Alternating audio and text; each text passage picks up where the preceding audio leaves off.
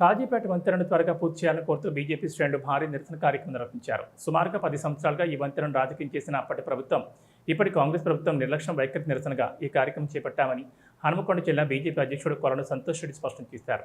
కేంద్ర ప్రభుత్వం నిధుల నుండి వంతెనకు పూర్తి సహకారం అందజేసిన రాష్ట్ర ప్రభుత్వం ఇక్కడ నాయకులు, కాంట్రాక్టర్లకు డబ్బులు చెల్లించకుండా పనులు ఆలస్యం కావడానికి కారణమవుతున్నారని తెలిపారు.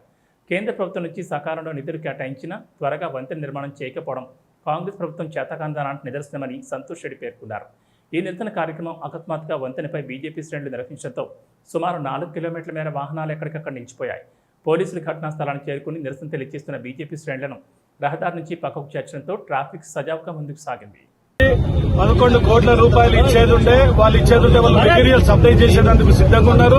ఆ 11 కోట్లకు గాను 1 కోటి ఇచ్చి తర్వాత కొన్ని పైసలు ఇచ్చి తనకు మెటీరియల్ కు సంబంధించినది ఇప్పటి వరకు ఇవ్వలే కాబట్టి బ్రిడ్జ్ వర్క్ పెండింగ్ జరుగుతుంది.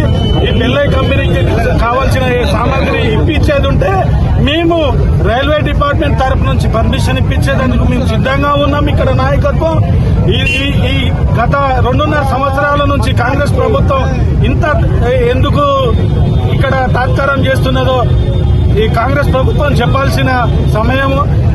ఇన్ని రోజుల నుంచి రోజు ఒక్క బండి పంచర్ అయ్యేదంటే ట్రాఫిక్ జామ్ అయ్యే ఈ బ్రిడ్జ్ ఇన్ని సంవత్సరాలు గత 7 సంవత్సరాల నుంచి ఇప్పటి వరకు బ్రిడ్జ్ కంప్లీట్ చేయలేదు. దానికి కారణం ఏంది?